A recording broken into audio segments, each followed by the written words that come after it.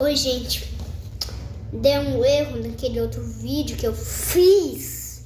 Só que agora vamos continuar. É tipo a continuação do outro. Só que é porque deu algum erro no celular. Aconteceu do nada. Mas vamos continuar a frente. Como vocês viram, quem viu outro vídeo, que agora é praticamente a continuação, quem não viu, perdeu praticamente a maioria das pelúcias. Olha só, eu já mostrei no outro vídeo, né? Um tubarão. Já mostrei todas as características dele no outro vídeo, então eu já posso colocar esse para trás. E dizendo que ele é muito grande. E no mercado ele está R$119. 119. Até que faz sentido para um bicho desse, né?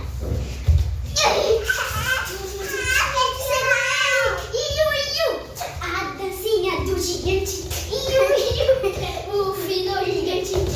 A pelucinha que vai te surrar. Último, galera. Último, minha gente. O grandioso, ó. Esse tigre aqui é o tigre mais famoso da Flórida. E por isso que ele é bem grande. Ele é praticamente, né, um tigre deitado. Esse sim que eu paguei 140, 117. Vou trazer o nosso famoso. É o que mais vende pelas lojas.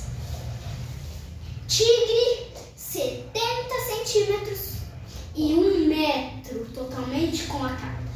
E aqui está ele. Vejam